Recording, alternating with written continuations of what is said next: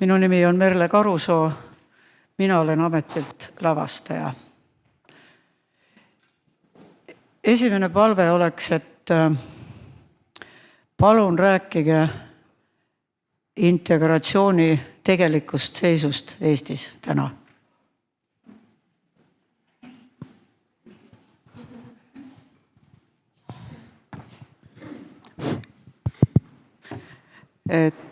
Mina olen Irene Käosaar, olen Integratsiooni Sihtasutuse juhataja, ametilt eesti keele õpetaja vene koolis, töötanud eesti keele õpetajana vene koolis 8 aastat, nii et võiksin ilusti istuda ka seal esimeses reas õpetajatega, aga see oli 20 aastat tagasi, nii et aga lihtsalt istudes siin ja teie lugusid kuulates tuli mul hästi palju enda kogemusi ja enda mõtteid meelde. Integratsioon ei saa olla asi iseenesest ega ei ole ka asi iseenesest. Integratsiooni olukord Eestis on täpselt selline nagu Eesti ühiskonna olukord tervikuna.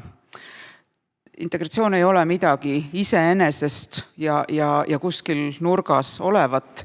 Ehk siis miks me teeme ka selliseid projekte nagu täna, ongi see, et ma väga loodan, et need inimesed, kes seda lavastust on juba näinud ja need, kellel avaneb see võimalus pärast salvestusel vaadata, neid puudutab see, nad saavad siit enda jaoks mingisuguse lisaarusaamise.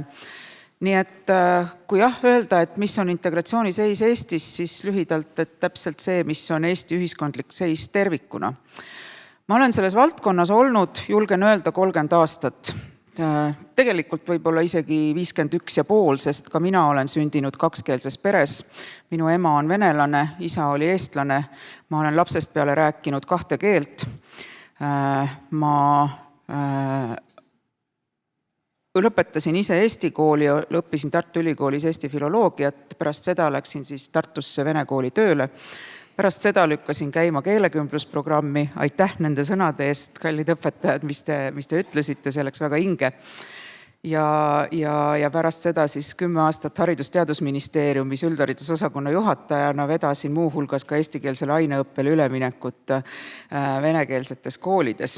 Nii et see on minu elu. Ma arvan, et ma selle tõttu julgen öelda, et muutused on kolossaalsed. Kui me mõtleme seda, mis oli 91. aastal, alati me tahame parimat ja ma arvan, et 91. aastal, kui keegi oleks öelnud, et mida me unistame 21. aastal, siis me oleks unistanud palju rohkemast. Et see, mis täna on, kindlasti meid ei rahuldanud toona, tegelikult ei rahulda ilmselt ka praegu, aga need muutused on kolossaalsed ja muutused eriti väärtushinnangutes, eriti hoiakutes. Mulle väga meeldis, meil on järgmine nädal konverents, 11.–12. novembril rahvusvaheline integratsioonikonverents.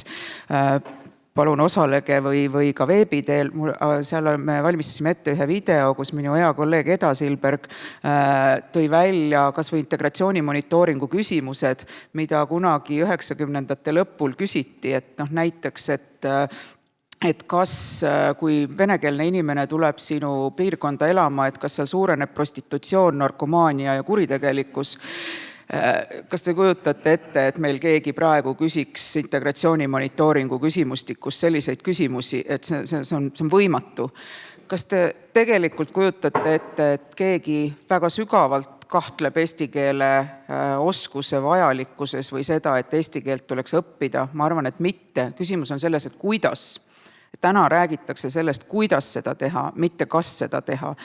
Nii et ja ka vastupidi, ma arvan, et Eesti ühiskond on märkimisväärselt tolerantsem, eestlased ise on avatumad, eestlased võtavad endale heas mõttes ligi neid teiste rahvuste esindajaid ja tegelikult tunnevad rõõmu sellest suhtlemisest. Nüüd mina tegelikult olen positiivselt meelestatud ja nähes ka seda, kuidas meie eesti keele majades Narvas ja Tallinnas, mida me tõesti oleme nüüd 4 aastat suure entusiasmi panustamise ja missioonitundega üles ehitanud, kuidas meie õppijad meil on täiskasvanud õppijad ainult, kuidas nad käivad, kuidas nad osalevad meie üritustel, kuidas nad tahavad rääkida eesti keelt eesti keeles ja kuidas nad tahavad ka eesti kultuurist osa saada. Nii et see tahe on väga suur.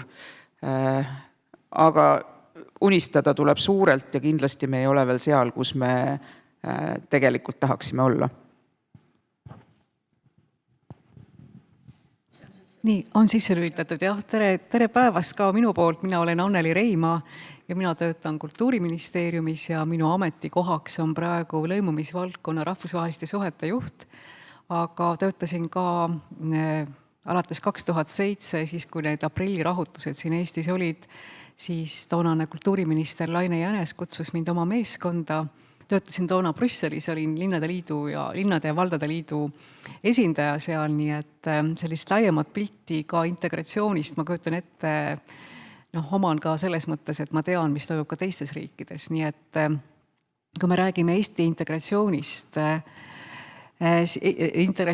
Eestis, siis ma ühinen siin eelkõneleja Irenega, et tõesti me oleme väga palju edasi liikunud ja olen ise ka teinud kaasa ühe sellise väga keerulise protsessi koostades 3. Eesti integratsioonikava, mida me kutsusime siis Lõimuv Eesti 2020, sest et ma arvan, see, mis toimus 2007. aastal, see nagu lõi natuke pildi klaariks, et kõik ei ole nii roosiline. Me ei saa ainult vaadata tabeleid, me peame vaatama ka inimeste hoiakuid, kõike seda. Ja ma mäletan, kui ma tulin sellele ametikohale, toona ma olin siis asekantsler kultuurilise mitmekesisuse alal ja me nimetasime seda just sellepärast nii, mitte öelda integratsioon, sest see tundus nagu selline midagi väga sellist ebameeldivat, et lihtsalt see juba, ütleme, semiootiliselt on oluline, kuidas me kõnetame üksteist, kuidas me mõtleme sellele teemale. Ja siis ma mõtlesin, et ei saa olla see ainult keeleõppe, et see on ka kultuur, see on hoiakud, see on kultuurimustrid ja nii edasi, et kuidas seda integratsiooni, mis tol ajal oli väga-väga teaduslik, ka need monitooringud ja kõik need uuringud olid niimoodi, et ikka tuleb vaadata täpselt neid protsente, et see tekk tuleb laiemaks nihutada. Ja see tähendab seda ka, et me ei pea tegelema mitte ainult, ütleme, selle venekeelse poolega, vaid me peame vaatama ka hoiakuid eestlastest endast, sest integratsioon või lõimumine, see on ju kahepoolne. Et täpselt siin nagu tuli ka välja selles etenduses, et kuidas inimesed tunnetavad, kas neid on ühiskonnale vaja, kui avatud Eesti ühiskond on, sest tegelikult need inimesed, kes meie kõrval siin igapäevaselt elavad, koos nendega me ehitame üles ju Eesti riiki. Me ei saa neid tõrjuda, me peame olema empaatilised ja just see empaatia, see usaldussilla loomine, ka ütleme need keerulised ajaloo küsimuste lahti rääkimine, nagu see 9. mai, eks ole, mis eestlastele tähendab üht ja võib-olla venelastele hoopis midagi muud, mis on nagu selline püha, me ei saa nagu seda tõrjuda, me peame nagu need küsimused lahti rääkima. Kui ma mõtlen integratsioonile, siis ma tihti nagu võrdlen seda teiste maadega ka, et öeldakse, et Eestis on integratsioon läbi kukkunud, see on olnud nagu nii läbiv narratiiv, see teeb mulle väga-väga haiget, sest tegelikult me oleme liikunud edasi pisitasa, aga väga pikkade sammudega. Ja näiteks, et kui ma toon Soome, siis kui mõelda see kodusõda 1918 kuni 20, kui hirmus see oli, see on siiamaani inimestel sees. Samamoodi teine maailmasõda, mis Eesti ühiskonda ju kõvasti räsis ja mille haav me siiamaani tegelikult tasandame. See kõik, millega me tegeleme, on selle tulemus sisuliselt. Et need keerulised asjad tuleb lahti rääkida ja leida mingi selline rahu ja leppimine. Ja kui me räägime eesti keele õppest, siis on see, et tekitada nendes inimestes, kes võib-olla mingi tõrksa hoiakuga on, et see on hästi keeruline ja raske keel ja milleks seda vaja ja üldse suur rahvakeel ja väike rahvakeel, neid ei saa panna nagu väga ühele kaalukausile, et võib-olla need hoiakud või see motivatsioon ei ole see, mida me sooviksime. Et kui inimene tõesti midagi tahab, siis ta ka selle saab. Ta saab selgeks selle keele, ta saab aru sellest riigist, kus ta elab, aga see on vaja sellist sisemist motivatsiooni. Ja ma olin just eelmisel nädalal, olin Austrias ühel integratsioonikonverentsil, kus räägiti moslemite probleemist Euroopas laiemalt. Kui keeruline see on, et täiesti erinevad usud, erinevad hoiakud. Ja seal ka öeldi seda, et nagu meiega oleme siin Eestimaal öelnud, et inimestevaheline suhtlus on ääretult oluline, luua see omavahelised kontaktid ja see eesti keele majad, mis loodi aastal 2018-19, et need on täpselt selle sama ideoloogia all, et luua inimeste vahel kontakte, soodustada seda suhtlust, et ükskõik, et sa võib-olla ei oska seda eesti keelt nii hästi, aga ära häbene seda rääkida, sest väga tihti meil on öeldud ka ju koolis, et sa pead rääkima väga õieti. Aga ma mäletan, et kuskil 90-ndatel, kui ma ise õppisin rootsi keelt, siis meid Uppsala ülikooli õppejõud alati julgustasid, et sa võid valesti rääkida, aga sa lõpuks lihvid ennast ära, kui sul on natuke, saad selle psühholoogilisest barjäärist üle. Ja kui me räägime integratsioonist, siis tegelikult on ju ka riik omalt poolt päris palju teinud, kas või see ETV+, mida kohutavalt pikalt arutati, kas seda vaja on, seda venekeelset televisiooni meil, riiklikku televisiooni sisuliselt. Et kas keegi seda üldse vaatab või mis, aga tegelikult on see selline tee, mis loob usaldust või see kanal, et kui meil on kriisisituatsioon, siis me nägime, kuidas seda hakati vaatama. Et järelikult ikkagi need inimesed, keda me tunneme võib-olla, et nad ei ole nii hästi lõimunud või on teistsugused hoiakud, nad siiski vaatavad meie poole ju, see ei ole päris selline vastandumine. Ja kui võrreda näiteks teiste maadega, siis on täpselt samad küsimused, samad mured ja ma julgen isegi öelda, et Eesti integratsioonipoliitika on omamoodi edulugu. Sest tõesti, kust me alustasime aasta 1991, kui 1/3 rahvast oli tegelikult ju täiesti nagu eraldi, nendel oli see šokk, eks ole, et sattusid nagu teise riigi territooriumile. Piirid tulid vahele, kõik see eesti keele lugu ja nii edasi, võib-olla on siin palju kibestumist samamoodi, aga ma usun just selliste kultuuriprojektidega, selle üksteisele otsa vaatamise positiivsusega me saame nendest muredest üle. Ja ma arvan, et kui inimest nagu kõnetada ja rääkida talle, kui tähtis ta on, kui oluline ta meie riigile on, kui ma mõtlen just neid noori, kes võib-olla ei julge tulla riigiametisse tööle ja kartes, et võib-olla neid ei võeta hästi vastu kas nime pärast või keeleoskuse pärast, siis me peame nagu selle silla looma, usaldama neid inimesi ja toetama neid, sest tõesti oma Eesti riiki me ehitame koos ülesse. Neid inimesi, kes siia on tulnud ja siin elanud, meil on neid väga vaja. Me ei saa öelda, et meil on ainult Eesti riik eestlastele. Meid on alati palju olnud siin. On rootslasi olnud, on soomlasi, on lätlasi. Me oleme kõik üks. Kui me vaatame kas või oma perelugudesse, siis alati on seal ka teisi rahvusi põlvedes tagapoole. Lihtsalt mina küll usun, et integratsioon on edukas, aga see võtab aega, sest see on inimestega töö ja see võtab ka aega inimpõlvi vahest, enne kui me jõuame sinna, kuhu me soovime saada. Aitäh! Tere! Ja ma olen ka Kaire ja praegu olen Eesti Energias, töötan arengupartnerina ja ennekõike just Ida-Virumaa ettevõtetes, sest Eesti Energias teatavasti on pooled töökohad Ida-Virumaal. Aga nagu Ireenegi, esimese diplomiga järgi ma olen eesti keele õpetaja teise keelena just muukeelsetes koolides ja natuke tundsin süümepiinu, et tahaks kohe appi minna. Ja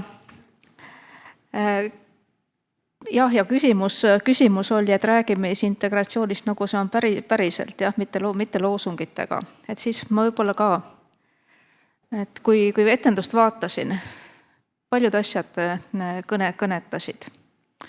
Et kui mina olin väike tüdruk, ma olin Kohtla-Järvel, seal Ahtme linnaosas ja seda alles ehitati üles. Ja ma arvan, et enamik kortermaja naabritest olid vene keelt kõnelevad, ma ju ei tea, kes nad siis rahvusest olid. Ja siis mina olin ka see nii ruskaja. Ja siis küsiti ka, et kui nimi on Kaire, что это значит, et mida see nimi Kaire tähendab, et see on Natasha ega Olga ja et sellised meenutused. Aga tegelikult nüüd aastal 2021, 2020 ma elan praegu ka Kohtla-Järvel ja minu väga heal järjel Eesti tuttavad küsivad, et mis sul viga on, miks sa seal elad? Et see on selline ausalt kui integratsioonist. Aga ma olen õpetanud eesti keelt täiskasvanutele, praegu õpetan täiskasvanutele. Minu Eesti Energias töötavad praegu keelekohvikud, keeleklubid, et Eesti Energia 4400 töötajast paar tuhat kindlasti on, no, ma ütlen jälle, vene emakeelega, täpselt rahvust ma veel ei tea. Ja kui meil käis külas Narva eesti keele maja esindajad, see huvi oli nii suur, et kuulata, milliseid võimalusi pakutakse täiskasvanud õppijatele. Et meie töötajate huvi on ääretu ja või see nälg on ääretu, andke ainult. Ja see oma 20-aastase õpetaja karjääri jooksul täiskasvanute kursustel Tehnikaülikooli Virumaa kolledžis, kus on ka 90% vene noored, ja ka Ida-Viru kutsehariduskeskuses. Ma ei ole näinud mitte ühtegi inimest, kes ei tahaks eesti keelt õppida. Et hästi palju ilmselt sõltubki sellest, et kuidas sa ise seal klassi ees oled, millise sõnumi sa annad. Ja ma olen mitmel korral kuulnud, lugenud, et see raha integratsioonile, et see on nagu helikopterilt raha külvamine, jah, et 30 aastat muudkui panustame sinna ressursse, aga mis see tulemus on, aga loomulikult see ei olegi kiire protsess. Aga etenduselt ka, ma ei mäleta, kelle repliik see oli, aga et äkki Krismarilt, et sellest õpetajast sõltub hästi palju ja kui õpetaja enda oskused on kasinad ja see huvi selle vastu, mis siis ühiskonnas toimub, on ka leige, et siis nemad ju vastutavad selle uue põlvkonna arengu eest, et lapsevanemad on neile usaldanud oma laste arendamise. Ja tuli üsna suur number, et -2000 õpetajat on ju praegu puudu. Et kellel see keeleoskus oleks kõrgtasemel ja oleks ta päriselt ka kõrgtasemel. Et sellised mõtted praegu integratsioonist, keeleõppest ja loomulikult keel ja kultuur, need käivad nii koos.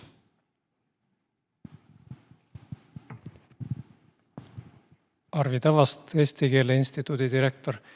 Ja ega ma eriti integratsioonist rääkida ei oska, pigem sellest keele aspektist seal.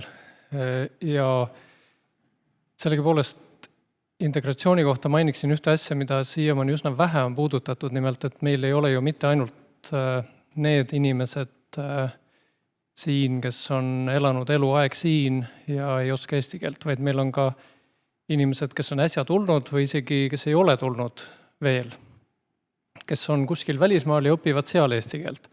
See on ju ka täiesti suur levinud tegevus. Eesti riik tegeleb ka selle toetamisega üsna põhjalikult. Ja lihtsalt üks näide, meil töötab nüüd umbes pool aastat juba üks keeletehnoloog, kes on Kuubalt pärit, Hispaania resident, elab Hollandis. Ja tal on väga piinlik, et ta saab restoranis eesti keeles tellimisega hakkama, kui ta nüüd Eestis külas käib, pärast seda pool aastat Hollandis elades, Eestis töötades. Aga tal on väga piinlik, et ta sellest rohkem ei oska eesti keelt rääkida. Ja ta rõhutab igal pool, et ärge pahandage mu peale, ma pole isegi veel Eestisse kolinud, eks ole.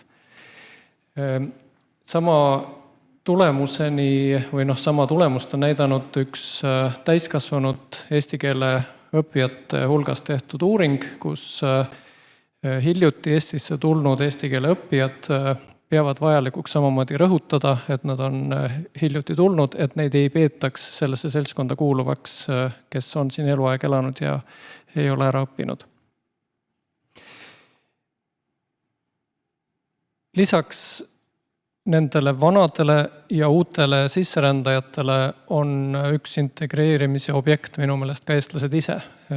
Seesama, mida keegi juba varem mainis, et me oleme palju tolerantsemaks muutunud võrreldes 91. aastaga, ikka täitsa võrreldamatult tolerantsemaks. Ja see, ma arvan, on ka üks oluline asi, mis aitab kaasa sellele, et ka teine pool näeb, et siia sobib tulla ja siin võetakse küll omaks.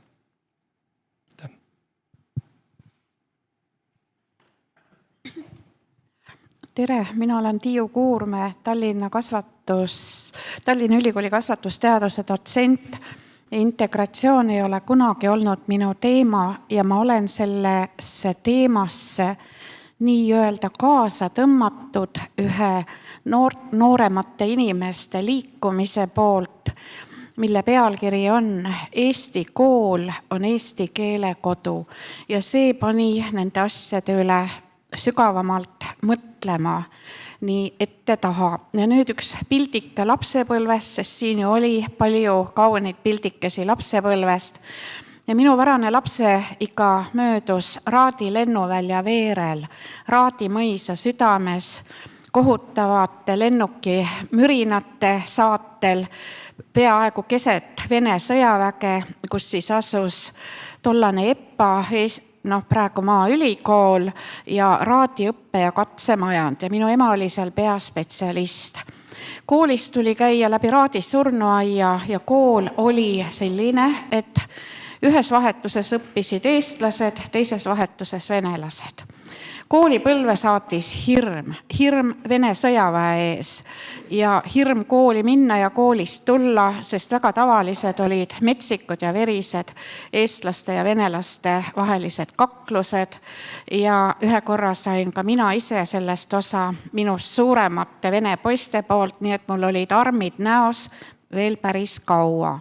Miks ma seda räägin? Mul ei edenenud vene keele õppimine koolis. Ma õppisin ja tuupisin ja tahtsin häid hindeid saada, no löö või maha ei edene. Hakkasin end pidama keeleliselt täiesti andetuks inimeseks. Kuni ilmusid õppeprogrammi teised võõrkeeled, siis ma nägin, et ma nii andetu ei olegi. Siit teeksin järelduse, keel on midagi emotsionaalselt, midagi väga isiklikku. Keel on südameasi ja keelega seonduvad sinu õrna eakogemused ja üleüldse sinu süvakogemused. Ja ma oletan, see ei lasknudki mul kunagi vene keelt selgeks saada, kuigi ümberringi kõlas ainult vene keel. Lepitus saabus vene keelega tänu sellele, et sai õpitud kirjanduse süvaklassis ja loetud palju vene kirjandust ja hiljem Eesti filoloogiat Tartu Ülikoolis ja osa saada võrratutest vene kirjanduse kursustest Valmar Adamsi ja Valeri Bessubovi poolt. Nii et me üliõpilastena olime pooleldi armunud Valeri Bessubovisse, kes oli Venemaalt sisse rännanud Eesti juurtega haritlane, rääkis aktsendiga väga monotoonselt ja kuivõrd sisukad ja suurepärased olid tema loengud. Sealt peale siis ma oletan, et see, mis lepitab ja loob sillad, on see kultuur, mis ületab need poliitilised ja muud vastasseisud ja olnud vastasseisud, vaid seob meid ühte kui inimesi, kui inimkonda ja saadab sõnumi mingitest kõrgematest väärtustest ja samuti ka kultuur on hingeasi. Et võib-olla peaks nüüd, kui me tahame tõesti siin koos elada, erinevad kogukonnad, natukene selles suunas liikuda, see lõimimine südametasandil, hingetasandil ja keel on meie olemise kodu ja meie emakeel on meie olemise kodu. Ja me oleme tundlikud kõige suhtes, mis võiks haavata meie emakeelt, kahjustada meie emakeelt. Muidugi ma ei arva, et ma räägin kõigi eestlaste eest siin. Paljud lähevad ju kohe üle inglise keelele ja paljud vaatavad põlglikult meie väikese keele peale, ka sellistega olen kohtunud. Aga võib-olla peaks neid tasandeid ka hoopis rohkem arvestama. Ja veel siin samas majas, siin kuskil üle koridori peaks olema Jelena Skulskaja, keda ma kutsusin siia üritusele. Aga ta ei saanud tulla. Millega ta tegeleb? Ta tegeleb Tallinna linna nende vene noortega, kelle eesti keele õpetus on väga vilets vene koolides. Ja ta on toonud neid enda juurde, loonud draama- ja luulestuudio. Nad õpivad 3 keelt, vene, inglise ja eesti keelt. Ja ta tõlgib Eesti parimaid luuletusi vene keelde ja poeesia ning kultuuri abil on ta suutnud omajagu arvule vene noortele niimoodi selgeks teha eesti keele, et nad on läinud õppima Eesti ülikoolidesse ja on samuti kultuuri kaudu saavutanud sooja suhte eesti keelesse. Ja väga kahju, et teda praegu siin ei ole, sai teda väga kutsutud siia, aga teda ei ole siin, ta lubas üle ukse vaadata siia. Nii et ühesõnaga niisugused momendid, millest tahaks natukene ka et selles suunas võiks ka natukene mõelda. Nii, suur tänu. Eriti suur tänu selle eest, et te kajate vastu sellele meie Kes ma olen projektile, sest tavaliselt ongi esimene reaktsioon nendel, kes vaatavad, et nad hakkavad rääkima oma päritolust ja oma mälestustest. Nii et järelikult me jõudsime kohale, mis on tähtis. Meil on tegemist siin Eestis kahesuguse integratsiooniga. Üks on see sama, millest praegu räägiti, inimesed, kes tulevad praegu. Ja teised need, kes 30 aastat ei ole vaevaks võtnud eesti keelt õppida. Et minu järeldus või minu arusaamine sellest on see, et me peame ja oleme algusest peale pidanud, meie ülesanne on olnud integreerida nõukogude inimeseks assimileeritud indiviidi Eesti ühiskonda. Ja see on määratult raskem minu hinnangul, kui kõik need lõimumise probleemid, mis on värskelt tulnutega. Seda me vist teame kõik. Ja see on psühholoogiliselt väga arusaadav selles mõttes, et ma kordan nüüd seda, mida kõik teavad, aga kordamine on tarkuse ema ja mõnikord mulle tundub, et nemad seda ei tea. See on see, et peaaegu 100 aastat on kõiki meid, kes me oleme siin Nõukogude Liidu kunagisel territooriumil kasvanud, küüditatud Siberisse põhiliselt ja Kasahstani või vangilaagritesse. Need, kes Kasahstani või need, kes küüditatud olid, need teadsid minnes, et 20 aastat peavad nad seal olema. Vangilaagrites 25+5, kus juures see 5 oli asumine. Koolid olid seal ainult venekeelsed. Oma keelt kasutada ei tohtinud. Kui seal abiellusid erinevatest rahvustest inimesed, siis nende kodukeeleks sai ka vene keel. Siis tuli suur Isamaa-sõda. Kolhoosnikud Venemaal ei omanud passe. Need, kes olid küüditatud, ei tohtinud kaugemale minna oma kodukohast kui 6 kilomeetrit. Kui kahuriliha hakkas nappima, siis võeti kõik need nõndanimetatud riigireeturid ja muu selline kõlbmatu element, kes oli kaugele saadetud Vene vägedesse ja see oli nende jaoks pääsemine. Kordan, see oli nende jaoks pääsemine. Nii et miljonid said hukka ja miljonid pääsesid. Võt nende inimeste järeltulijad asustasid Ida-Virumaa, eriti Narva, kuhu eestlasi sisse ei lastud. Ja seda mentaliteeti, kui räägitakse Narva mentaliteet, siis minu kõrvad hakkavad liikuma. Selles mõttes, et see Narva mentaliteet ei ole muud midagi kui see sama nõukogude mentaliteet. Ja kui me seda ei arvesta, ma arvan, et siis me jätkamegi nende pisikeste sammudega, kas me jõuame kunagi kohale. Kas me julgeme selle tanki sealt maha võtta? Ma arvan, et ei julge. Ma arvan, et ei võeta. Et ka uus see kohalik omavalitsus seda ei tee. Mida nad kardavad? Ja nad kardavad seda sama nõukogude inimese mentaliteeti ilma seda teadvustamata. Võt aeg oleks teadvustada seda. Ja mis on veel tähtsam, aeg oleks, et need inimesed ise seda teadvustaksid. Sest kui nemad seda ka teadvustaksid, siis me saaksime aru vastastikku, kui palju lisaks sellele, mis meid eraldab, on sellist, mis meid ühendab. Sest meie juured, ma mõtlen rahva juured on ka seal samas. Me oleme täpselt samasuguse elu läbi teinud. Ja kui oleks piisavalt palju võimalik teha neid, kes ma olen projekte nende inimestega, siis me varsti leiaksime need ristuvad jooned Nõukogude Liidu kaardil. mulle eriti läheb südamesse see, mida Margit rääkis sellest Narva taksojuhist, kes on lapsena küüditatud. Ma olen üsna kindel, et ta on küüditatud just nimelt 41. aastal. Ja ma olen üsna kindel, et mul on selle kunagise poisiga väga palju rääkida, sest neid inimesi ma tunnen, kes lapsena sinna küüditati, kelle emad surid nälga, kes kaotasid oma nime ja nad kaotasid oma keele, igasuguse identiteedi. Mis tuuled on need inimesed siiski Eestisse toonud? No see on müstika. Nii et kas keegi jätkab sellel teemal?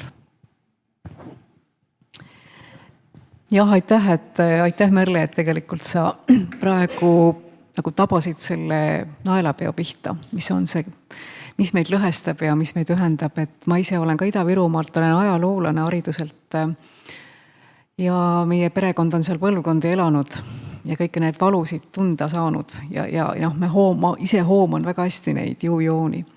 Ja mis me teinud oleme, ütleme, kui ma praegu räägin sellest oma tööst riigiasutuses, et kui pärast seda aprillirahutusi me tegime sellise huvitava projekti Domus Torpatensisega, kus meie koostööpartneri siis kogusid neid lugusid nendelt inimestelt, kes tulid peale sõda sinna Ida-Virumaale, kuidas nad vastu võtsid, kuidas nad hoomasid kogu seda Eestimaad. Iseenesest väga huvitav lugemine, et seda peaksid ka eestlased nagu aru saama ja teadma. Ja tegelikult see ajaloo eri narratiivid on just see punkt, mis nagu ei lase meil kokku sulanduda. Et ma ise mõtlesin siin saalis istudes, kui ma kuulasin seda etendust, et tegelikult Venemaa on oma ajaloo ära lörtsinud. Alles nüüd hakatakse aru saama, mida tegelikult see bolševistlik režiim tegi, kui palju ta tegelikult hävitas selle riigi moraali, seda teadust või mis iganes valdkonda. Ei saa teha inimesest robotit ja inimesel on vaja teada, kes ta on. Ja seepärast tegelikult me toetame ka siin juba lõimumise või integratsioonipoliitika alguses saati, et seda venekeelset ühtset massi kuidagigi kihistada või eraldada või et vähendada seda ühist Nõukogude löögirusikat, et me toetame erinevaid kultuuriseltse, et nad leiaksid oma keele, oma juured, oma selle sideme selle Eestimaaga, kus nad praegu elavad. Ja anda seda sellist hoopis laiemat, avaramat Euroopa identiteeti sellele.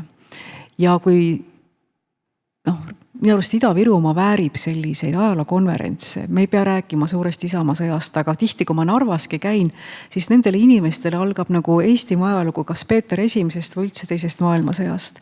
Nad ei tea, mis seal varem on olnud. Isegi seda ju ei teata, et meil on isegi oma murrak ju seal kandis, Kirderanniku murrak ja on olemas Vaivara ja Jõhvi, et me räägime ka ju oma sellist kodukandi keelt ja üldse, et mis seal enne oli, see ei ole mitte stalinistlik Narva, seal oli ju, ta oli põhimõtteliselt Rootsi riigi teine pealinn. Et kõike seda ma olen ise proovinud ka endale inimestele tutvustada ja olen ka püüdnud ajakirjanikke sinna viia, et öelda, see piirkond on Eestimaa põlise ajalooga, väga huvitava ajalooga, olnud kogu aeg sellist eri keelte, eri kultuuride ja inimeste ristumispaik ja ikkagi domineerima on jäänud sinna eesti keel läbi sajandite.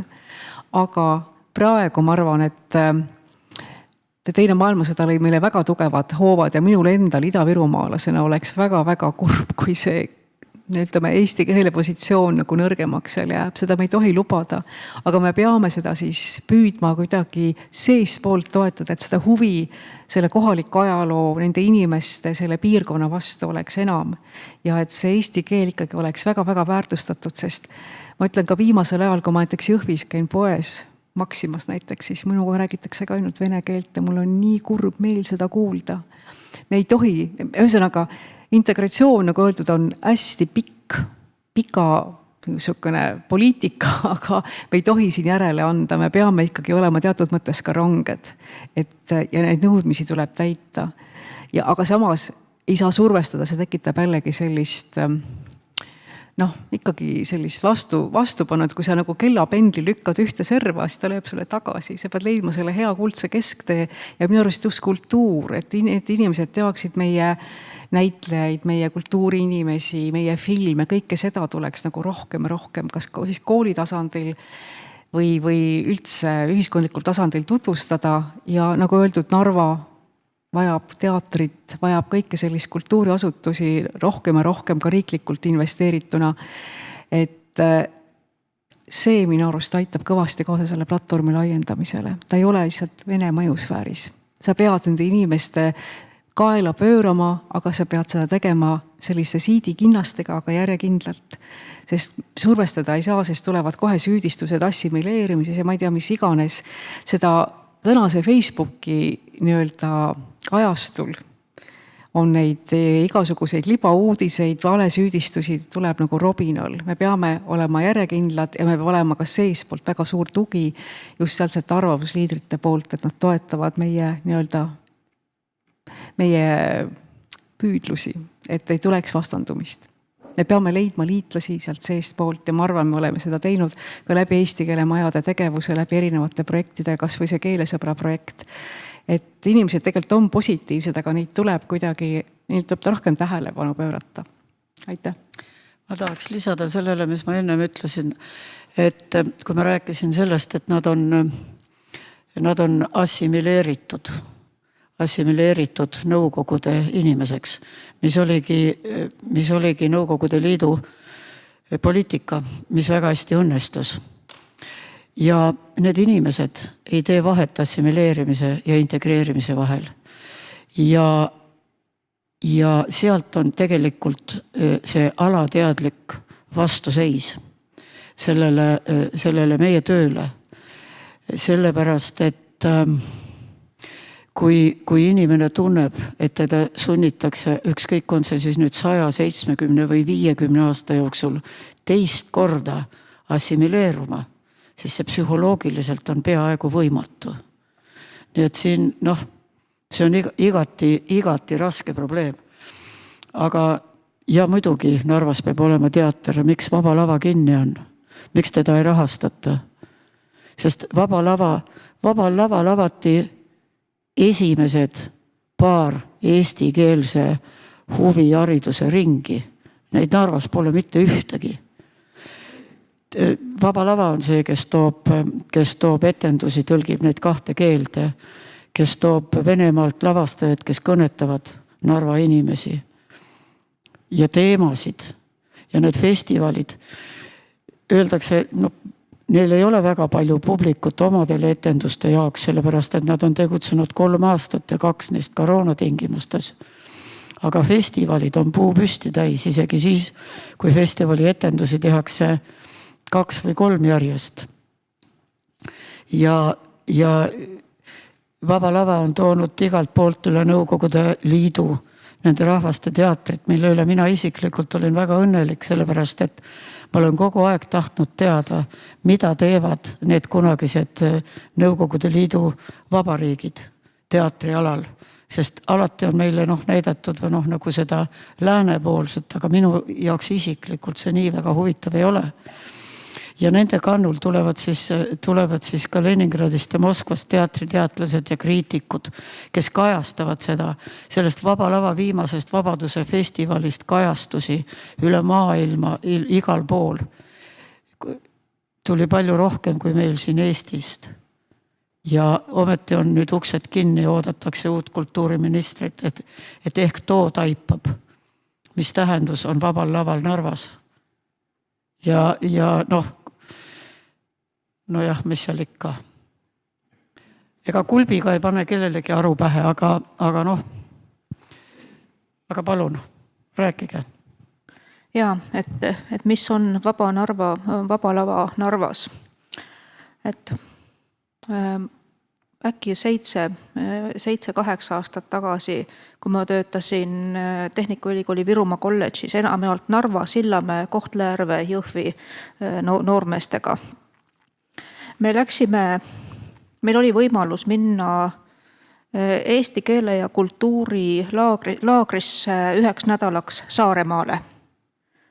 Saime pundi loomulikult kokku ja sõitsime eesti keelt ja kultuuri õppima niimoodi 4 päeva jooksul. Ja siis viimane päev oli siis tagasideks ja see oli veel see aeg, kui tehti tehti nagu kollaažina ajalehed, et tegidki nagu ajalehena.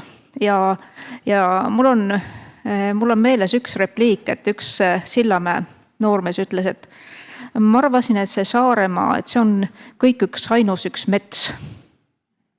Et me lähme sinna, okei, lähme kuhugi metsa ja vaatame, mis saab. No võib-olla seal on järv ja mõni veekogu ka, aga ma nägin, et on linn Kuressaare ja et teda väga hämmastasid, et iga kooli, iga kortermaja juures oli spordiväljakud ja et see on tsivilisatsioon. Ja see on päriselt. Ja teine, no siis paari aasta pärast läksime üliõpilastega samamoodi eesti keele ja kultuuri laagrisse Pärnumaale, mitte Pärnu linna. Ja jälle paarikümne noormehega, võib-olla mõned neiud ka. Ja neil oli, ärevus oli suurem, sellepärast, et ei olnud ainult puud ja metsad, vaid Pärnus ikka arvati, et on teisi eestlaseid ka, päris eestlaseid. Ja loomulikult, kuidas neid vastu võetakse, kuidas nendesse suhtutakse. Ja etenduses oli ka repliik, et see enda teisejärgulisena tundmine. Aga siis me ühes kutsekooli majutuskohas ööbisime ja neil oli imestus väga suur, et kui nemad siis oma toreda aktsendiga eesti keeles midagi küsisid, et Valvuri tädi sai minust aru. Et okei, keelekursusel jah, kui oma eesti keele õpetaja võib-olla kiidab ja et tema saab minust aru aga et päriselt eestlane ka sai minust aru ja et ta ütles mulle midagi vastu ja mina sain ka temast aru. Ja me saimegi suheldud. Et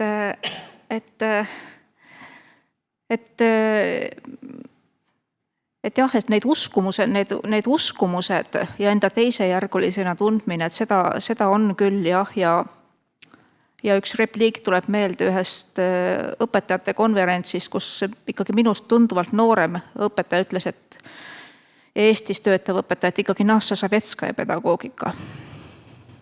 Et see lõikas, siis ma mõtlesin, et kus midagi mäda on nüüd riigis, et nüüdise ajal ikkagi hariduse saanud inimene. Ja veel võib-olla paar näidet äkki veel. Et jah, need taagad noortel ja täiskasvanud õppijatel jah on. Et nagu ma kirjutasin isegi üles etenduses, sest Ruska ja Tuuran ja Pravilna Kavariš. Et seda on inimesed kogenud küll, et iseäranis, kui nad on võib-olla isegi hierarhiliselt või positsioonil kõrgema haridusega, et arstid, juristid, õpetajad ja kui nad midagi siis, on täiesti normaalne, et on aktsent. Et aktsent ära kaoks, selleks läheb tosinkond aastat keeleõppijal. Ja siis on naerdud või muiatud ja see lööb sellise ploki ette ja paljudeks aastateks, et ma parem enam ei räägi, minu üle naerdi.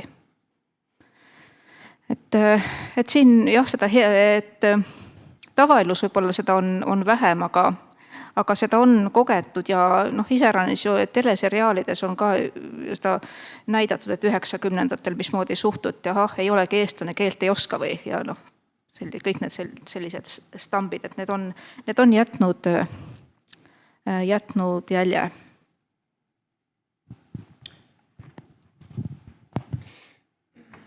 Ma julgeksin natuke kahelda selles, et kas inimese pead on võimalik keerata isegi siidkinnastes.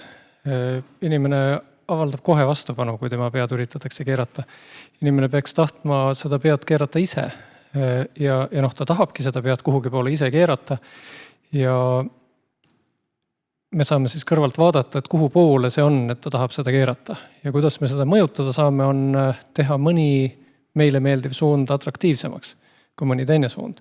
Et kui ta vaatab Hollywoodi filme ja soovib sinna poole keerata, siis ta sinna poole keerab, ta keerab sinna täiesti ise ilma igasuguse abita. Äkki me võiksime sama ägedad olla kui Hollywood. Äkki me võiksime olla kuidagi atraktiivsed, kuidagi sellised, et ei arvata, et me oleme ainult mets.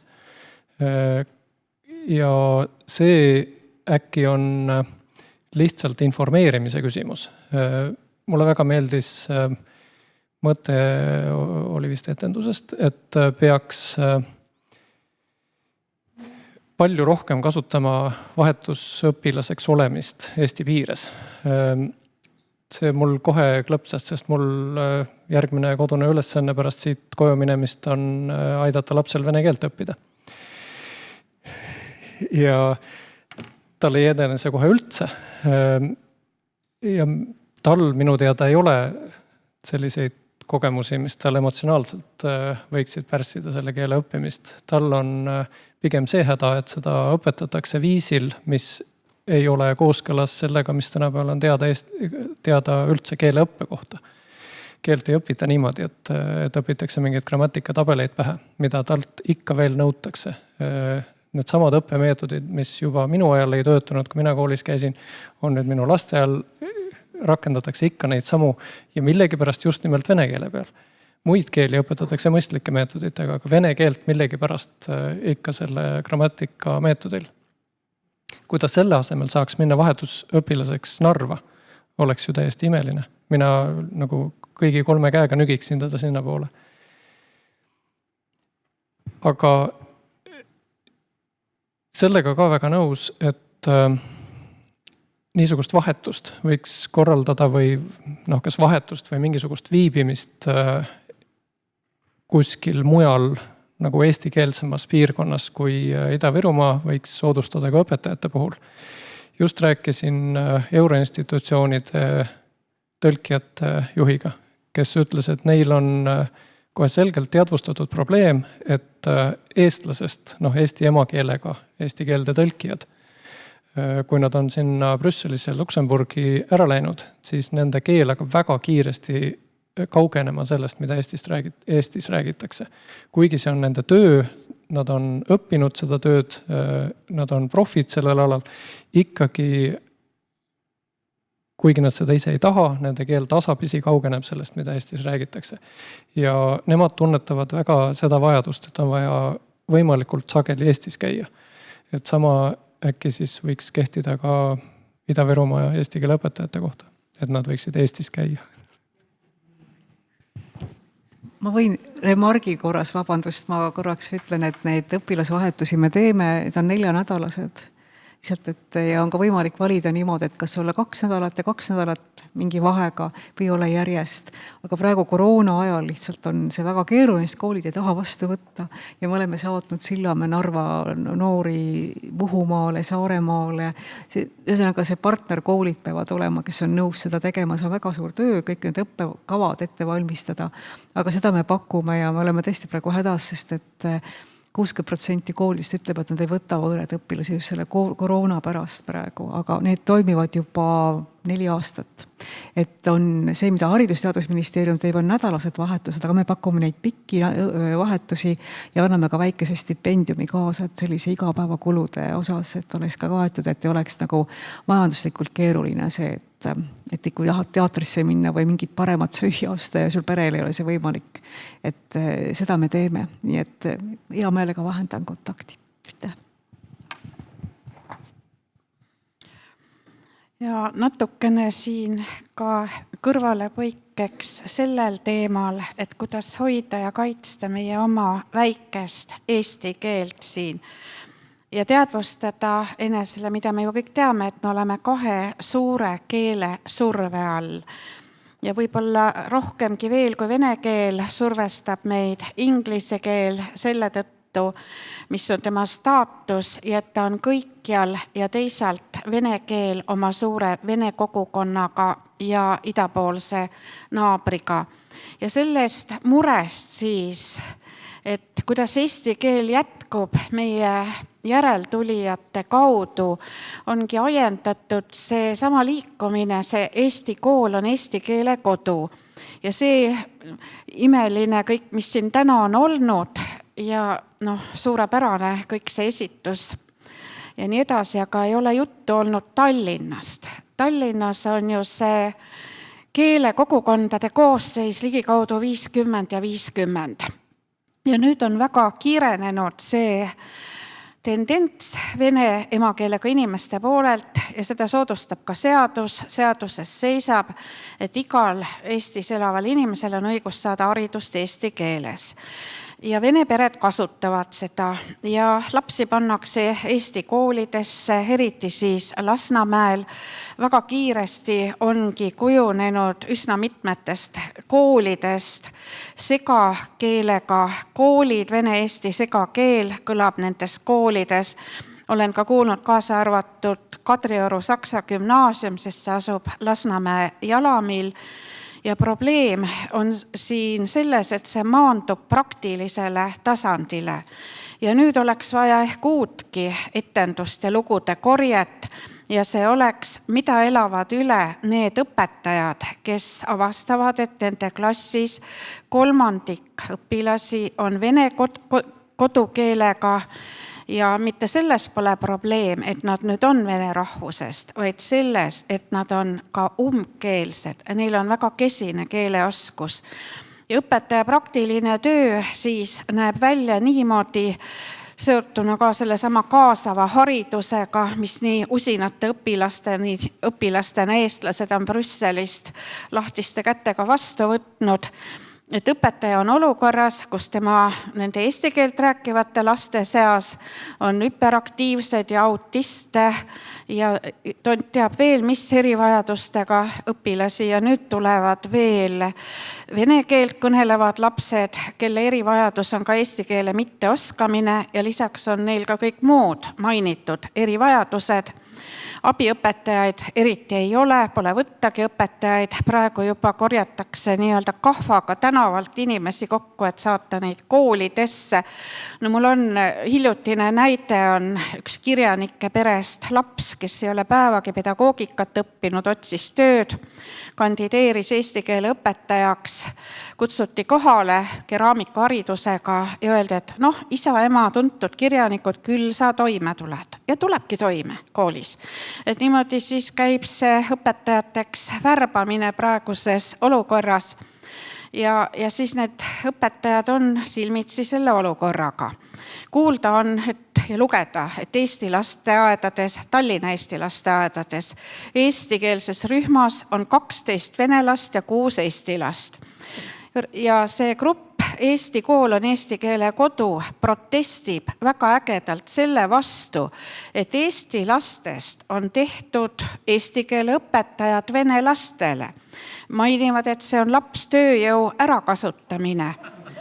Ja siis siit juba see tulem, et need eesti lapsed räägivad eesti keelt vene aktsendiga lasteaias.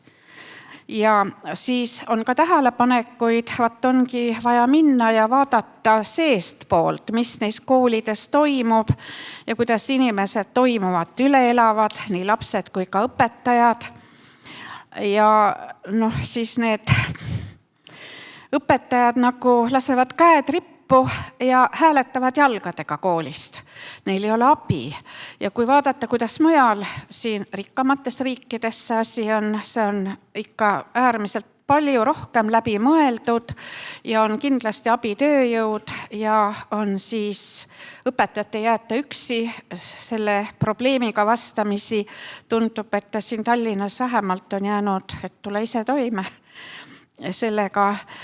Ja see on läbi mõtlemata rakendamine ja mina küll nagu prognoosiksin, et siit tõuseb ainult vaenu ja pahameelt, kui neid asju nii lohakalt, kohmakalt ja inimesi ruineerivalt teha, seda sama integratsiooni sellisel kujul.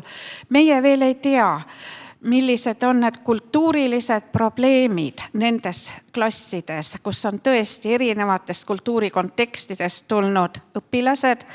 Aga nii palju ma kuulsin ühest oma magistrandi käest, kes õpetab Keilas sellist segaklassi, et tal klassis on ukraina poiss ja vene poiss ja ukrainlane ütleb, Putin on loll, venelane ütleb, et ise oled loll ja õpetaja siis läheb ja lahutab, nad lähevad kaklema Putini pärast klassis. Et ka niisugused konfliktid sünnivad nendes klassides. Ühesõnaga see muutus on niivõrd kiire olnud ja niivõrd palju tekitab protesti ja ka ohutunnet meile kui eestlastele meie oma keele pärast. et siin oleks palju targemalt vaja neid asju ajada. Suur tänu selle sõnavõtu eest. Mina teeks hea meelega nendega, kes ma olen projekti, andke ainult kätte. See on väga oluline küsimus. Selle juurde ma just tahtsin jõuda ka. Eesti keele õpetajad. Siin Irinagi ütles näiteks, et lasteaedades peaksid eesti kodukeelega õpetajad õpetama eesti keelt, et siis oleks aktsent väiksem. No praktiliselt nii palju, kui mina tean vene peredest lapsi, keda ma isiklikult tunnen, kellega ma töötanud olen, nendel ei olegi mingisugust aktsenti. Ja nad räägivad rikkamat eesti keelt kui eesti tudengid näiteks, minu üllatuseks. Aga no nüüd, integratsioon edeneb samm-sammult. 30 aastat on olnud aega. Kui palju on meil neid eesti keele õpetajaid vahepeal juurde kasvatatud? Keelekümblus tegeleb kui kaua? 2000. aastast. 2000 endast. 21 aastat. Jah. Kuulsite, keelekümblus tegeleb 21 aastat. Kui palju neid õpetajaid selle aja jooksul kasvatatud on? No ikka väga palju.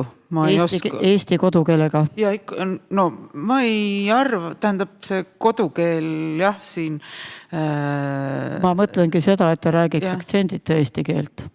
Ma mõtlen seda. Ma jah ei oska seda numbrit praegu öelda, aga... Selle teema kõrval ei tule muud variandid praegu kõne alla. Ma küsin just täpselt selle kohta. Võib-olla selle eelmise sõnavõttu mul ikka süda ei luba siit nii-öelda mitte reageerida. Et vene õpilane Eesti koolis ei ole kunagi probleem. Ükski õpilane üheski klassis ei ole probleem. Ja ma arvan, et see on väga hea, et ka mis Marimal oma lõpusõnavõtus siin etenduses välja tõi, et erineva kultuuri ja keeletaustaga õpilased õpivad koos. Mis on murekoht, on muidugi see õpetajate metoodiline ettevalmistus. Meil on väga palju väga häid näiteid, sealhulgas keelekümblus, sealhulgas Tallinnas on mitmed väga head koolid. Lilleküla gümnaasiumid on kohe välja, kus aastakümneid on mitte, me ei räägi vene keele taustaga, vaid me räägime vene keele, Ukraina, Itaalia, Hispaania taustaga õpilastest ühes koolis.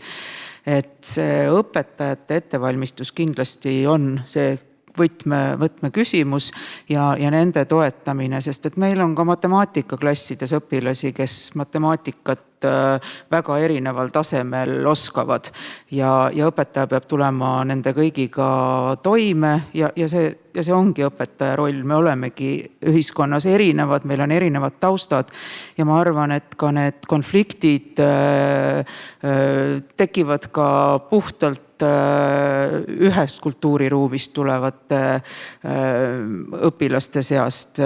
Nii et ma arvan, et mu mure on tihtipeale see, et ma arvan, et me ise täiskasvanutena kanname neid mingeid stereotüüpe ja enda kuskilt südamest tulevaid hirme üle noortele. Mina arvan, et noortele ei ole üldse tänapäeval probleem erineva kultuuri ja keeleruumi taustaga, et nad tegelikult on väga avatud, väga positiivsed, aga selge on muidugi see, et kui neile siis kodus või koolis vihje kätte antakse, et siis nad on õppimisvõimelised. Et ma arvan jah, et see lähenemine peaks olema see, et noor inimene, õpilane ei ole kunagi probleem. See, et noor inimene õpib kuskil klassis teiste erineva taustaga noortega, on ääretult hea ja positiivne kogemus. Aga meie täiskasvanutena peame olema targemad, peame suutma neid toetada pigem selles, et olla avatud. Ja loomulikult õpetajatel peab olema metoodiline ettevalmistus ja loomulikult peab olema see ülikoolides näiteks ikkagi juba kõikidele õpetajatele selline kultuuriline koolitus antud, mitte ainult filoloogidele. Inguna reageerib kohe, jah? Ei, ma tahan lihtsalt öelda, et kõik on väga tore, väga huvitav. Meil seisab ees pikk tee ja me peaksime oma meeldiva väikse seltskonnaga lahkuma teie ka meeldivast ja kuumast seltskonnast, aga enda poolt tahaksin öelda, võib-olla nägite siin, et ma juba kihelesin ametnikele ja austatud Eesti kirjanduse juhatajale või direktorile, jah. Et ärge olge nii sinisilmsed. Mina olen 28 aastat Narvas eesti keele õpetajana töötanud, viimased 5 aastat osalenud selles projektis Veni Vidi Vici vahetusõpilastena ja ütlen nii, et üks minu väga hea õpilane väga kõrgel tasemel reaalainetes ootas 5 kuud järjekorras, et leitaks talle Eesti pere, kes võtab teda vastu, et on võimeline Saaremaal õppima eesti keeles ja pärast sealt tagasi tulema. Praegu üks Saaremaa neiu ootab 3. kuud järjekorras, et leida Narvas vene pere, kes on nõus teda vastu võtma. Ja kahjuks ei ole neid. Jah, te pakute küll neid projekte, see on kõik, aga siis koostage palun see nimekiri, kes on nõus vastu võtma. Sest selle sama projekti raames ma suhtlesin oma õpilastega, et milles on probleem 11. klass, et miks te ei taha vastu võtta. Aga ma vist võin nüüd natuke julgelt öelda, et kardetakse oma perre võtta, sest probleemid on ka peres. Et ei taheta eestlastele näidata, et isa on joodik või et tema ei, ma ei ütle, et armasta korda, aga et tema ka töötab, ütleme, Prisma kaupluses kella 8 hommikul, kella 10 või 11 õhtul tuleb koju, tal ei ole aega alati seda korda hoida. Sest ikkagi arvatakse, et kui võõras inimene on peres, et siis peab kõik olema ideaalne. Et kui oleks niisugune nimekiri, sest minul isiklikult oma õpilaste peres on üks perekond, kelle lapsed on juba välja lennanud perekonnas, kes on mind alati toetanud selle projektiga Veni Vidi Vici. Ja kuna neil lapsi kodus ei ole, siis kahjuks ei taheta sinna minna, sest noor tahab suhelda oma eakaaslase oma noorega. Et kui oleks see võimalus. Aga väga meeldiv on teid kuulata ja ma usun ka, et sest meil kahjuks buss ootab meid ees ja kindlasti teile jätkub juttu pikemaks.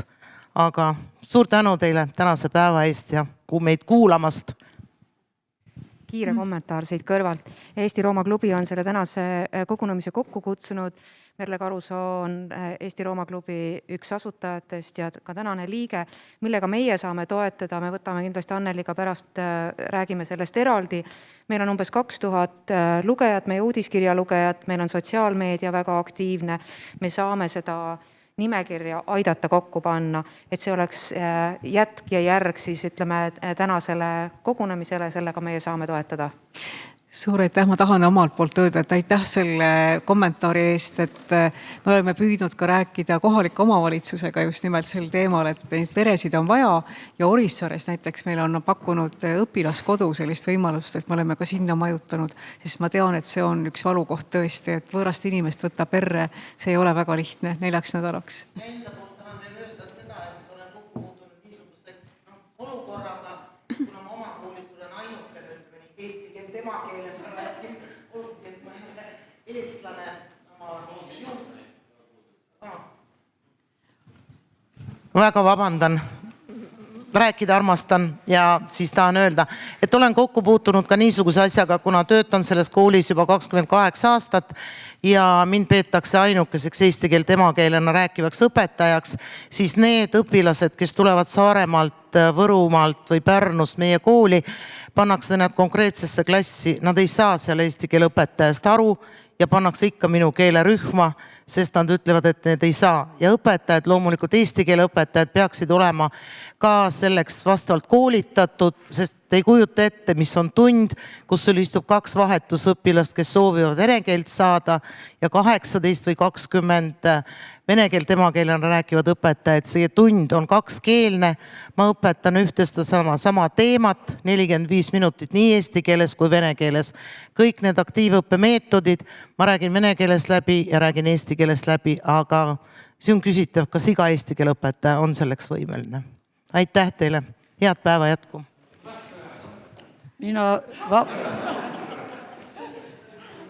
Ja muidugi võib. Et siin käis just jutt, et eesti keele õpetajaid ei kasvatata, kasvatatakse küll. Ja tihtilugu läheb ülikooli 30 eesti keele õpetajat ja ma arvan, matemaatikaõpetajad, kõik need teised erialad on täpselt samas seisus. Lõpetab kuskil 8, 5 jõuab kooli, aga millegi pärast need 5, nendest alles jääb 1, et siin on koolidel endal midagi ka teha, eriti noored õpetajad just. milline on see keskkond, kuidas neid ära kasutatakse, pannakse tööd tegema ja nii edasi, et see ei ole ainult eesti keele õpetajad, et neid kasvatatakse, aga koolidirektorid võiksid midagi teha.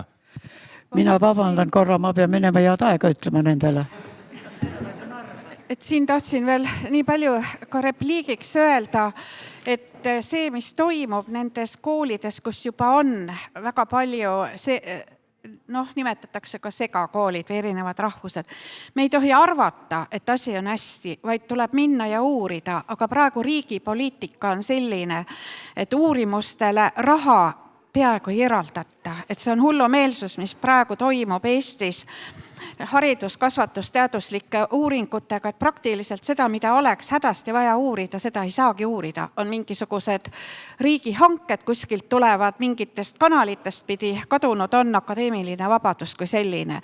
Ja sellepärast ei saa arvamuste ja helesiniste unistustega edasi minna, nagu on terve see ritarände projekt, mille mina olen läbi lugenud, nii nagu kosmose vallutamise projekt, vaid tuleb kõigepealt minna sinna kooli sisse, rääkida nende inimestega, vaadata neile otsa, rääkida õpilastega, õpetajatega, istuda tunnis ja nende õpetajate lood juba tasapisi hakkavad tilkuma minuni, kes seal räägivad oma tundmustest. Ja küsimus ju ka selles, et õpetaja eesti keel lihtsustub, kui tal on kontingent on niivõrd heterogeenne, ta enam meie eesti lapsed ei kuule nendes klassides ilusat, rikast, kujundirohket eesti keelt, mis teadupärast on mõtlemise alus. Nii et niimoodi ei tohiks neid asju ajada. Ma tahaks ka öelda selle kohta, et tegelikult on ju niimoodi, et keelekümblus töötab väga hästi. Ma olen aru saanud oma õpetajatest ja nende õpilastest. Aga iseasi on see, kas seda keelekümblust peaks tegema koos eestlastega.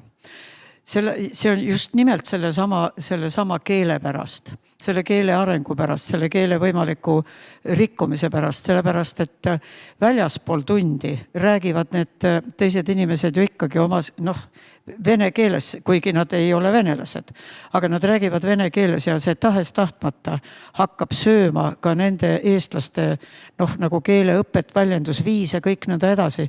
Et see on ju õpetajate pealt ka näha, et kui nad on natukene aega Narvas, siis hakkab nende keel muutuma, nad peavad vahepeal nii ütelda Eestisse tulema. Siin juba seda teemat mainiti korra. Et see on väga oluline. Teine asi on see, et Krismar tõi siin hea näite praegu, et võetakse vastu ja kui palju lõpetab ja nõnda edasi. Küsimus on selles, et keelekümblusõpetajaid, eesti kodukeelega keelekümblusõpetajaid peaks praegu õppima 100. Nagu miinimum 100. Meil on õigus, meil on kõigil õigus, kui me arutame seda teemat, aga siin ei ole neid. Siin ei ole neid inimesi meid kuulmas, kes saaksid seda teha, kes seda hoobilt teeksid, kes saaksid aru, et tegelikult on see julgeoleku küsimus. See on julgeoleku küsimus. Siin ei saa seda kuuma kartulit veeretada ühe ministeeriumi, haridus- kultuuriministeeriumi vahel, integratsioonifondi vahel, eks ole. Siin peaks istuma tegelikult meid kuulamas ministrid, kaasa arvatud peaminister ja vastama tegelikult meie muredele. Loomulikult on edusamme tehtud, ma ei saa selle kohta midagi öelda, aga kui me mõtleme, et möödas on 30 aastat, terve põlvkond on üles kasvanud, siis on see igal juhul vähe. See on vähe. Ja 100 sellepärast, et võib-olla on 100 vähe. Võib-olla on 100 vähe, et praegu asuks õppima 100, sest mõelge, igas venekeelses lasteaias peaks olema 2 keelekümblusõpetajat plus 1 varuks, et vajub ära. Siis tulevad need koolid, mis peaks jätkama keelekümbluse koolidega. Igas klassis 2 õpetajat, 1 varuks ehk vajub ära. Ja mõelge, kui palju neid koole on ja neid klasse on, kui me võtame kokku Viljandi, Tartu, Maardu, Paldiski, Tallinna, Narva. 100 on ilmselt vähe. Võib-olla 10 aasta pärast on see õnnelik olukord, kus me võime neid eesti keele õpetajaid võtta vastu 30, aga praegu küll mitte, homme ka veel mitte. Et see on tegelikult nagu see põhiprobleem, kõik muud sammud on ju õiged. Aga mida teha selleks? kus on need inimesed saalis, kes saaksid selle üle otsustada? Me oleme Rooma klubi, okei. Mis võim meil on? Ainult see, et me ütleme, et selline probleem on olemas. Ütleme, et see on julgeoleku küsimus. Ütleme, et see on vaja üleöö lahendada. No ja siis ütlesime ära. Kas ma tohiks vastata? Aitäh.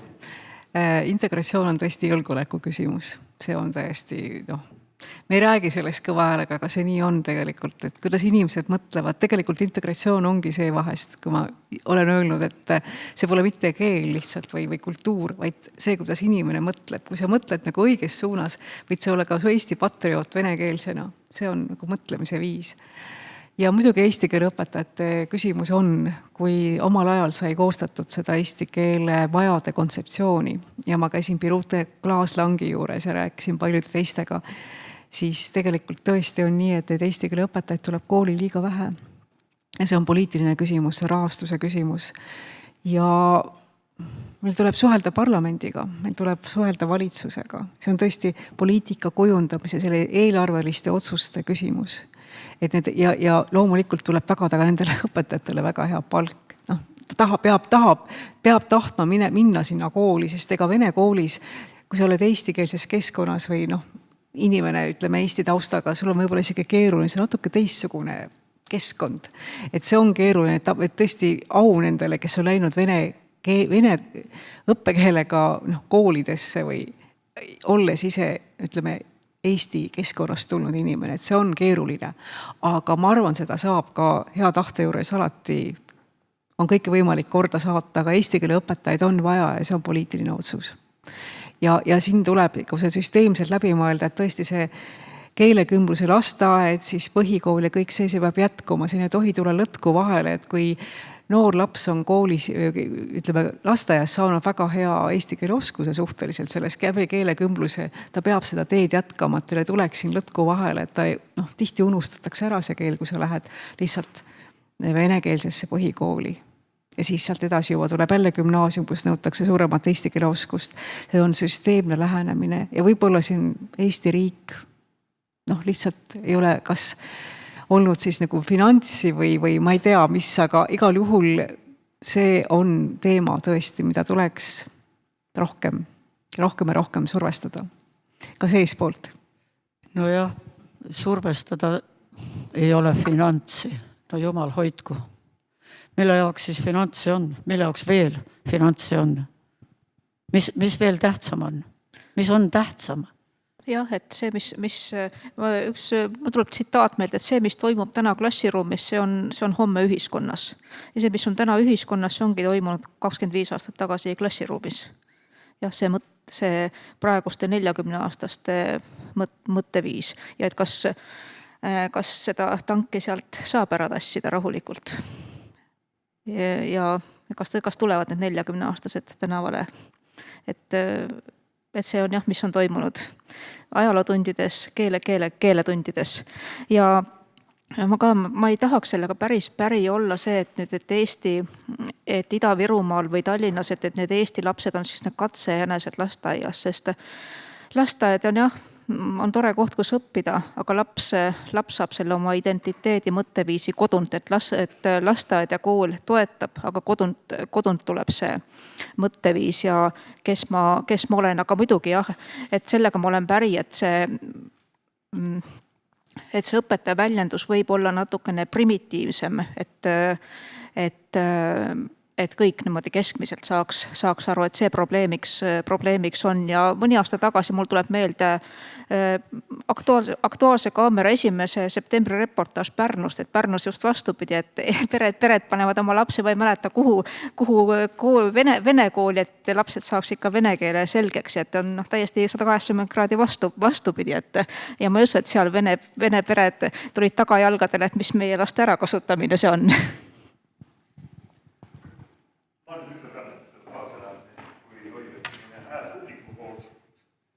Siin on, et ma ise tahaks öelda selle tüki kohta, tahaks kõiki tänada. Kuidas? Et Artur Rauhiainen tegelen erinevate kultuuriprojektidega, erinevate koolitusprojektidega, olen andunud Integratsiooni Sihtasutuse fänn, olen õpetanud päris mitmele eesti keelt. Praegu mul on ELA-st Ameerikas üks Eesti päritolu muusikaprodutsent, siis mul oli Kasahstanist üks õpilane, siis oli üks venelanna, lasteaia õpetaja Narvast, ehk siis väga erinevad inimesed ja praegu ma tegelen siis ka Juhtimiskultuuri Instituudi poolt koostöös ka Haridusministeeriumiga ühe sellise koolitusprogrammi koostamisega, mis siis peaks reguleerima vanemate kogu suhteid, koostöövõimet siis koolijuhtkonnaga kriisi lahendamiseks ja konfliktide siis ka nagu ärahoidmiseks. Et siis ma olen neid sõnumeid olen praegu nii palju ka kuulnud ja ma ise olen terve eluaeg pidanud integreeruma. Mul on isa on eestlane, ema on ingerisoomlane, üks kolmandiku suguvõsas räägib eesti keelt, teine üks kolmandik räägib vene keelt, kolmas räägib soome keelt ja siis nad on seal Pärnus, Helsingis, Piiteri all, Rakveres. Ma olen kogu aeg integreerunud, kogu elu. Siis kui ma õppisin Inglismaal, siis kui ma elasin, töötasin Moskvas ja kui mul siis venelased küsivad, siis nagu Moskva venelased küsivad, et sul on nii hea vene keel, et nii ilukirjanduslik, et kus sa oled selle saanud. Ja siis ma olen öelnud, et mul on väga head pedagoogid. Puškin ja Lermontov ja Dostojevski. Ja see, mis siin ka kõlas, et tegelikult see eesti keele õpetamine, eesti keele õpetajate problemaatika, vaadake, et kui, see on nagu nii suur töö, mis praegu toimub Eesti riigis. Integratsiooni Sihtasutuse poolt, sellepärast, et kui hambaarst teeb vea, hammas kukub välja, kui kirurg teeb vea, inimene läheb teise ilma. Kui nüüd õpetajad teevad vea, siis need vead ilmnevad alles 30, 50, 60 sees, see kõik kandub. Nõrk haridus, nõrk oskusteave, nõrk keel, see nagu akumuleerub nagu põlvkondadega, et see, mida te praegu teete, on tegelikult väga suur töö.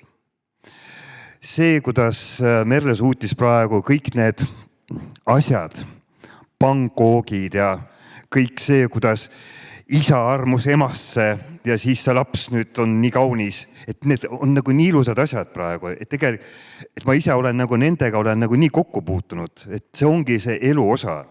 Nüüd, kas me nüüd paneme nüüd venelased, et ma ei ütlegi isegi väga korrektselt vene keel, ma ütlen, et venelased ja eestlased kokku. See viha, see kontekst, see ajalooline mälu on nagu nii tugev, et ma ise olin päris šokeeritud, kui mul elukaaslane, endine elukaaslane, kunagi ütles mulle selle peale ise omades magistrikraadi ja olles arhitekt, et valge seen on tiblaseen ja ma ei lähe metsa koos sinuga seda seent korjama, siis ma olin, vau.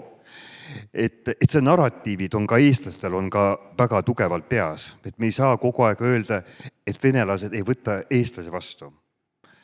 Et see tolerantsus ja see kannatus ja samm ongi nagu niimoodi, et põlvkonnad peavadki nagu vahetuma. Me lihtsalt oleme praegu sellises ajajoones. Ja ma olen nagu väga, et ma ütlen, et üle pika aja ma sain nagu sellise nagu naudingu sellest, et ma kuulasin sellist väga rahulikku, head tükki, kus ei tormata, kus ei karjuta. Ma ise tegelesin aastatega ka kuldse maskiga. Et ma oskan hinnata head dramaturgiat, aga siin oli see kõik olemas ja ma sain tõelise elamuse, et suur tänu teile selle projekti eest, selle tüki eest, selle eest, et te seda tööd teete. Aitäh teile ja rohkem ma ei lobise ka.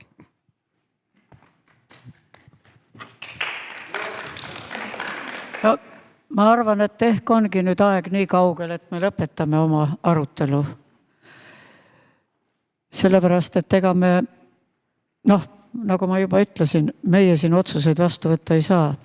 See töö, mis on tehtud, sellest kiitus kõigile. aga probleemid on üleval ja see on tõepoolest poliitiline küsimus. Nii et igaüks peaks läbi nende kanalite, mis tema käsutuses on, püüdma seista hea selle eest, et ei kuluks järgmine 30 aastat. Suur tänu teile.